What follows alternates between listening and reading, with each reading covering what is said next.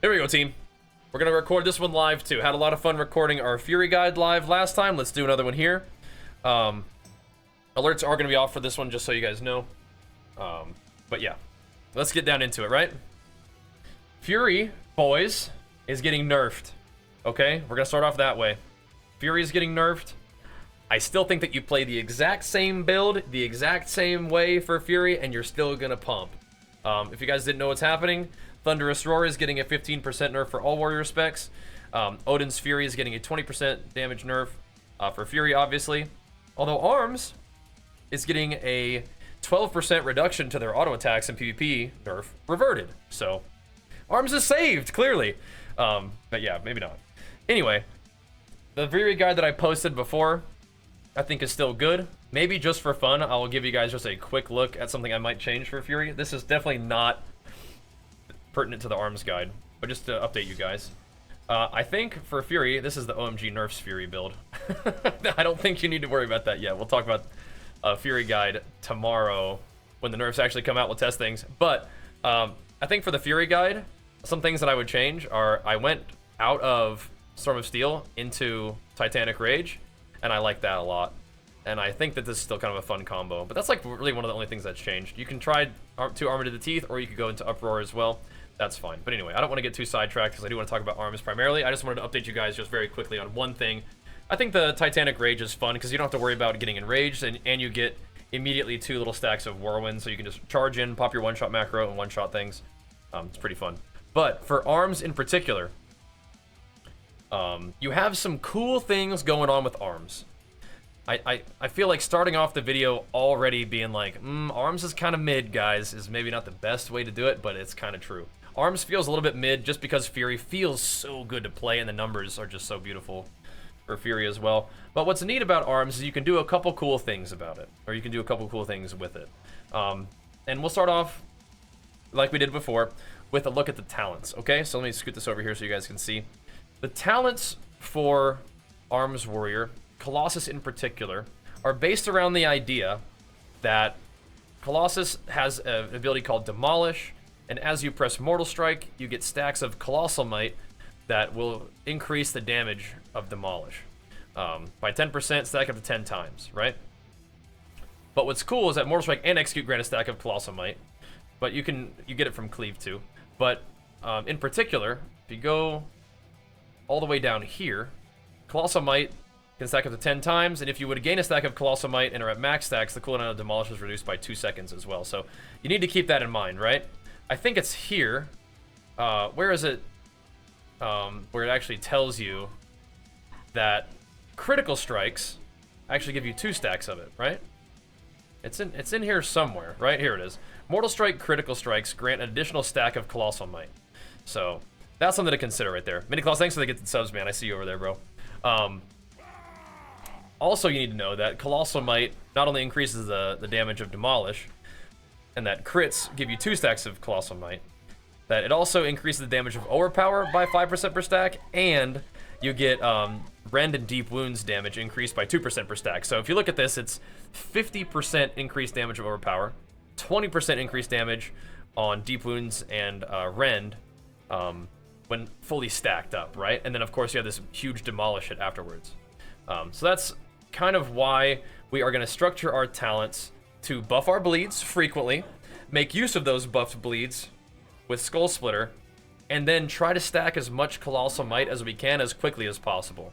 So that's kind of like the main idea behind the build. So when you look at the warrior side of the talents, things look fairly similar, right? To how Arms normally works. You've got all these talents that do, you know, all the basic warrior stuff, intervene, your stances, your shout, your second wind now, rallying cry. We still like shockwave. I don't like shockwave as much as I used to because now it only stuns for like 2 seconds in PvP. But it's 3 because of this talent right here, but we'll talk about that in a second. Thunderclap is going to be useful for applying Rend, and you come all the way down here. Arms is interesting because I'm still taking all the points in Dragon Roar, but because we don't need a point down here like Fury does, we can take 2 out of 2 points in Armor to the Teeth, which is really, really nice because that's like 3k strength right now, and it also gives you like increased amounts of strength as time goes on. Yeah, you also get the extra benefit of the enemies affected by Demolish take up to 10% more damage from your stuff, from your all damage, and 5% less damage to you, so at max stack. So yeah, a 10% increased damage taken from enemies, so like once you demolish, you can keep your damage flowing after that, but we can talk about that in the rotation part. But yeah, so this is basically what we're doing with this, right? We're still getting a good amount of utility with Piercing Howl and Shockwave to try to help lock people down for Demolish. But we're still getting a bunch of extra strength. I am opting for the haste. If you wanted to go for the HP, you could, but nothing to affect Avatar, because this stuff is not worth. And before we move on, there is the synergy in this build to take no Dragon Roar, to do Warlord's Torment, and then go into Champion's Spear and Champion's Might for extra crit, and you're like, whoa, that would be sick, because then you're gonna be critting hard. And spoiler alert, we actually like the talent into crit, or like a stat into crit for this build, but Spear continues to be bad, and this talent continues to be bad. Yes, you can do some cool one-shot stuff with it, but even then, it's not even like guaranteed to crit, and you're investing 2 1.5 minute cooldowns and a whole bunch of talents to still be just bad. So you can try that build. It is an option. I don't recommend it. Okay, that's not what I'm recommending for this build. But here for the arms tree, you get all the stuff that you normally get as arms, all your like sort of mandatories, right? Blood Surge, I tried it a little bit. I don't think it's necessary to keep your rage flowing. It's really like there's only a couple things that you're actually not speccing into the arms tree. But there's like one flex point, right? There's this flex point. But there's a couple interesting things happening here. So again, we're trying to Mortal Strike as frequently as possible, so we actually are taking Exhilarating Blows. And when you combine Exhilarating Blows, which is a talent that makes Mortal Strike, and Cleave technically, but I'm not worried about Cleave, that's PvE stuff, a chance to reset itself with 20% chance. It's pretty nice. And then you also combine that with Battle Lord, which has a 35% chance for Overpower to reset the cooldown on Mortal Strike and generate 10 rage. You actually end up having these situations where you're Mortal Striking like a ton in a fight, and so Mortal Strike becomes like your top damage, which maybe it sometimes is anyways, but like I've had times where it's like Mortal Strike's resetting itself like 4 times in a row, and you're maybe you know, a couple of those crit, right, and then all of a sudden you're like, you just demolished and you're back to max stacks, especially if you have sweeping strikes up, right? And I do like improved sweeping strikes because it makes it last 6 seconds longer, and usually you can find one thing to cleave, right? And that's pretty nice. So having that combined with this and this means that you are getting a ton of extra Mortal Strikes out. One of the things we're not doing is buffing Mortal Strike a ton, right? You're going to be buffing your Mortal Strike with Overpower, but it's like a tiny little buff in PvP. It's not that big of a deal. I'm not playing Precision because we don't really have that much Execute to stack up Mortal Strike. I will do this as Slayer. We can show you the Slayer build at some point too. But it's just not doing that much for it. I still like this. The Execute critical strike damage is increased by 10%, right? And you have a 5% increased crit chance on Execute. That's fine because you have increased crit strike damage here, increased crit strike damage here, and then increased crit strike damage here. So again, it's like, whoa, that would be insane with this Warlord's Torment and Spear. It's like, yes, it would be insane if it wasn't a 1.5 minute cooldown, and if Warlord's Torment still granted you recklessness from Warbreaker, maybe, but it's just not. But it is a reason, among other reasons, to build into crit. And I know that crit damage is nerfed in PvP, but you kind of double dip on crit. And the reason why you kind of double dip on crit is because, remember, crit Mortal Strikes is giving you double stacks of Colossal Might. And what does Colossal Might do? Increases your Overpower damage, it increases your bleed damage, and then it also increases your demolish damage. So in a way, crit kind of ends up acting like mastery, right? Because crit, not only, it's fun to crit stuff and it does big hits, and so it kind of increases your overall DPS, but it also increases the damage you're dealing through just percent damage increases, right? So it kind of like double dips like mastery. It's kind of neat how that works. So additionally, you're also playing Unhinged for more Mortal Strikes, Sweeping Strikes, Bladestorm. You're going to be unhinging and hitting lots of targets with Mortal Strikes, so you can build up your stacks really, really fast.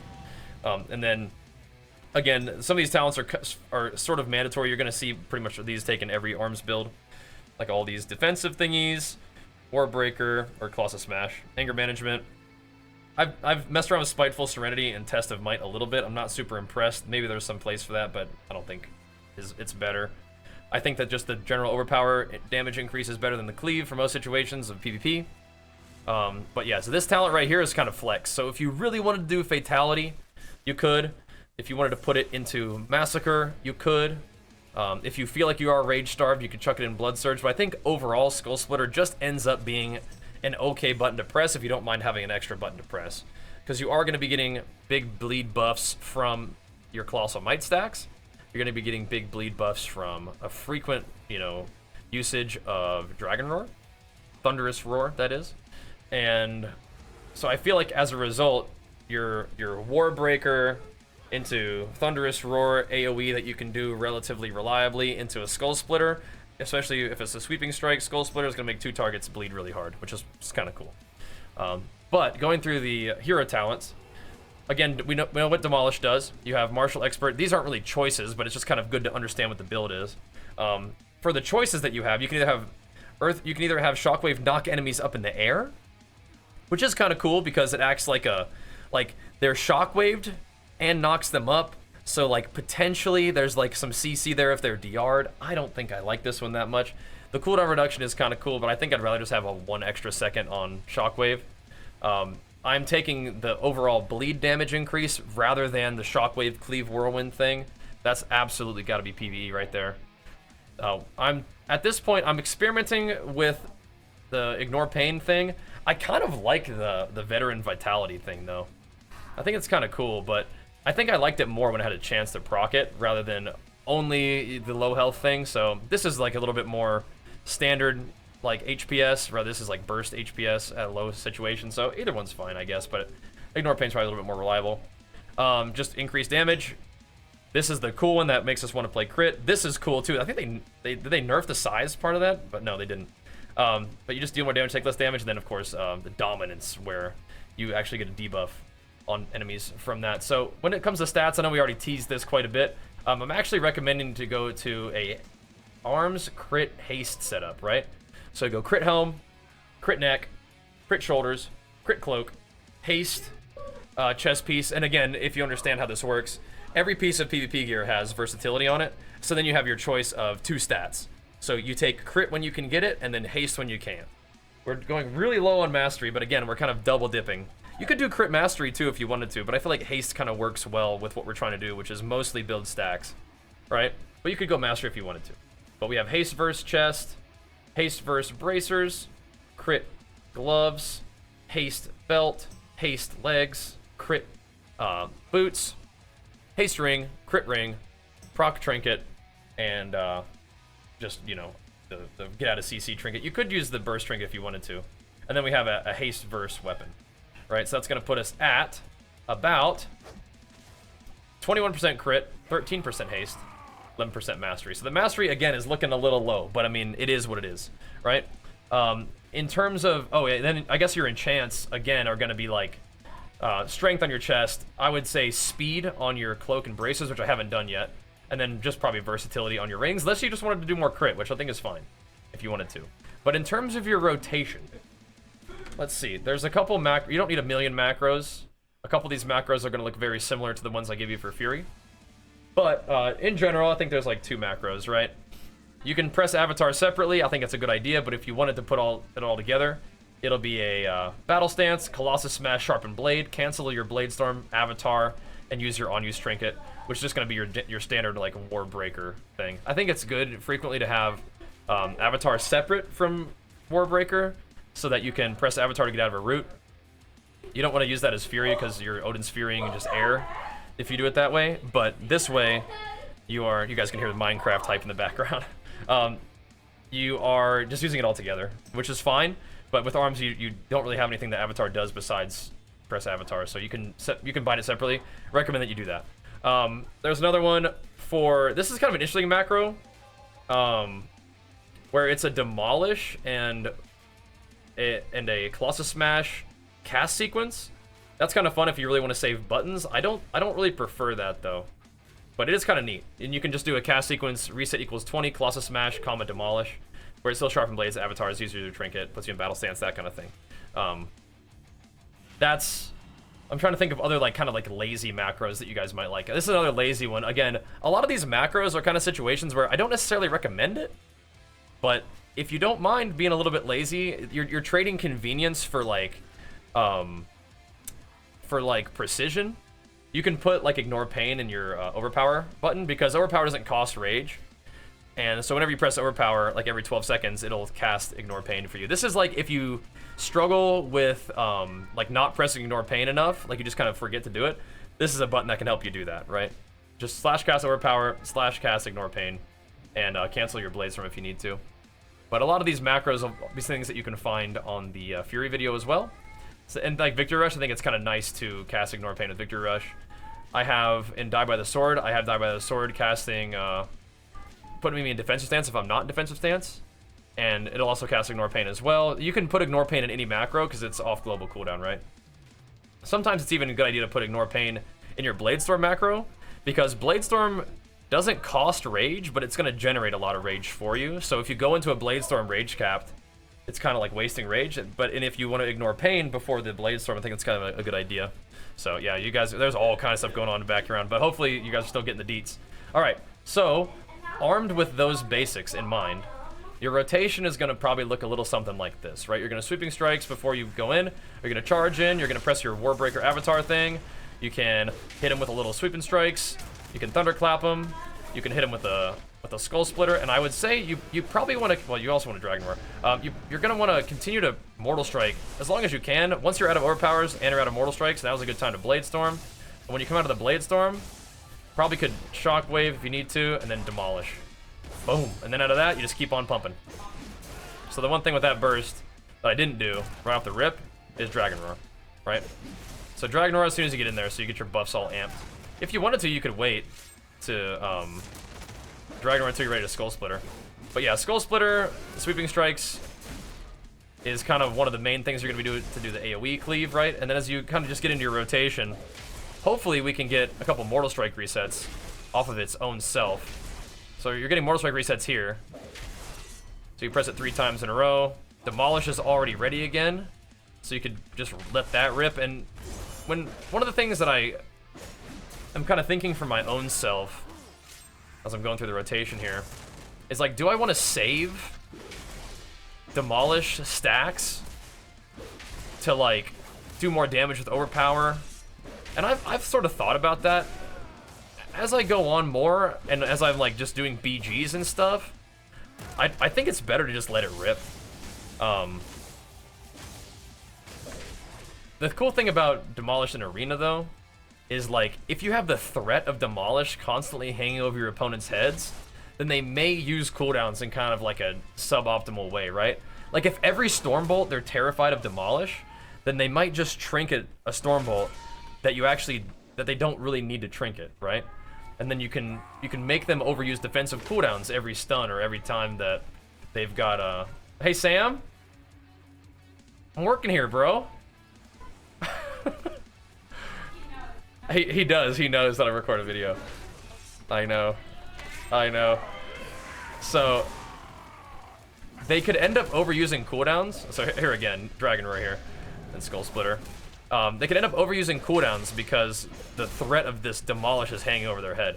But as I go through and actually just play the game, it feels like you really just want to press Demolish whenever you can, just for the pressure purpose of keeping it rolling. And this build ideally is designed to get your Demolish like off cooldown quickly, but also have the stacks up quickly too, right? So I don't think that you need to hold Demolish.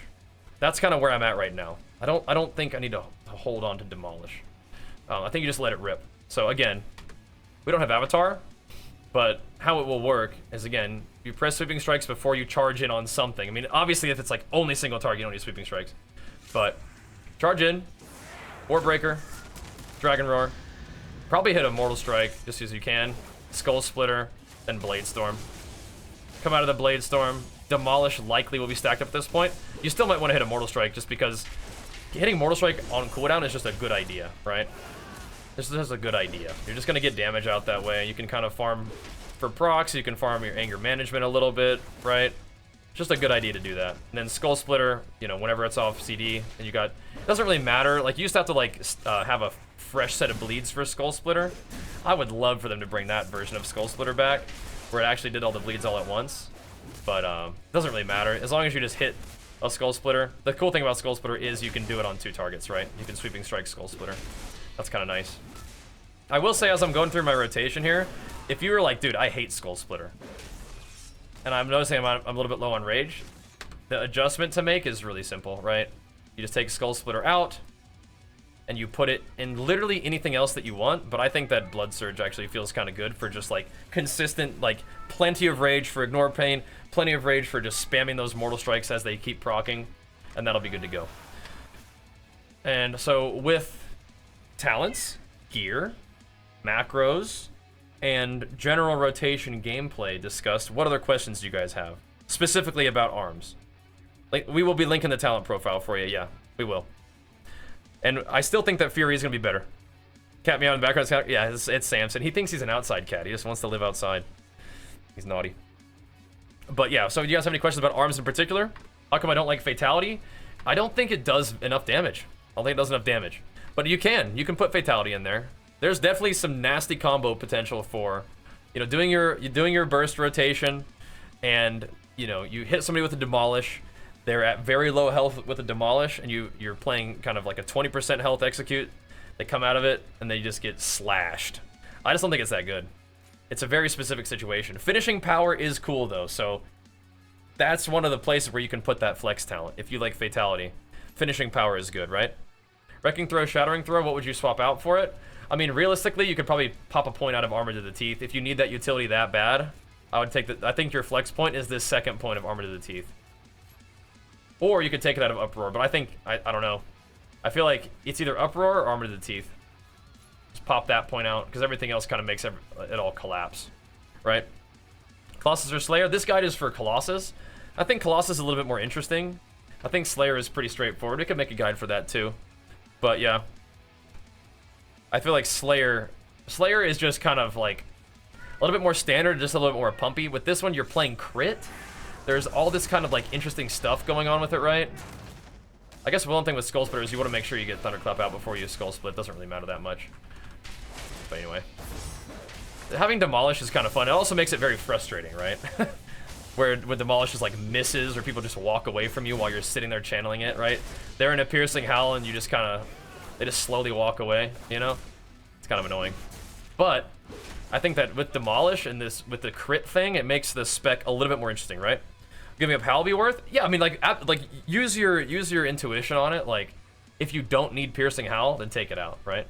As long as you understand like what points are ones that you can flex for other utility, absolutely. Yeah, like if you don't need the slow, but you want a bigger like stun and shorter cooldown on the stun, then sure. If like fighting like a melee cleave. I mean, if you're gonna be, if you can even do Crackling Thunder as this build if you wanted to. If you don't need like a super slow, you just want like to have, like this is another like melee cleave option, right? You could even do this for melee cleave, right? You could do all kinds of stuff. But these are the points that you can flex. And yeah, just knowing which points are available to you to flex is good. Yeah. You guys feel like you got a pretty good feel of this? Say that Fury Warrior is still better than arms currently? Absolutely. I think it will be after the nerfs too. But if you want to play arms, you have some options. And for those people out there who are like, yo, I want to try out Colossus. What would be a good spec and a good way to set up my character to play Colossus arms? I think it's going to be a situation like this, where it's stacking crit and haste, and hammering with Mortal Strike resets, basically. It's kind of what I have in mind. It's kind of the way that the build makes sense to me, is trying to stack up a ton of Colossal Might as quickly as possible, and using Colossus as like a pressure and momentum class. Because, I mean, in BGs, Fury is still absolutely dunking, but Colossus has its moments where it can kind of do Fury-esque damage in like these long extended fights. And again, if you're finding yourself Rage Starved, you can go Blood Surge, or you can go ahead and just take the Ignore Pain macro out, but I think that you're gonna have plenty of rage in a PvE encounter. Just use normal Overpower. Gonna have plenty. But yeah, it's an interesting build, and so I wanted to share it with you guys because I think that there's potential here. There's potential. There's potential. But alright.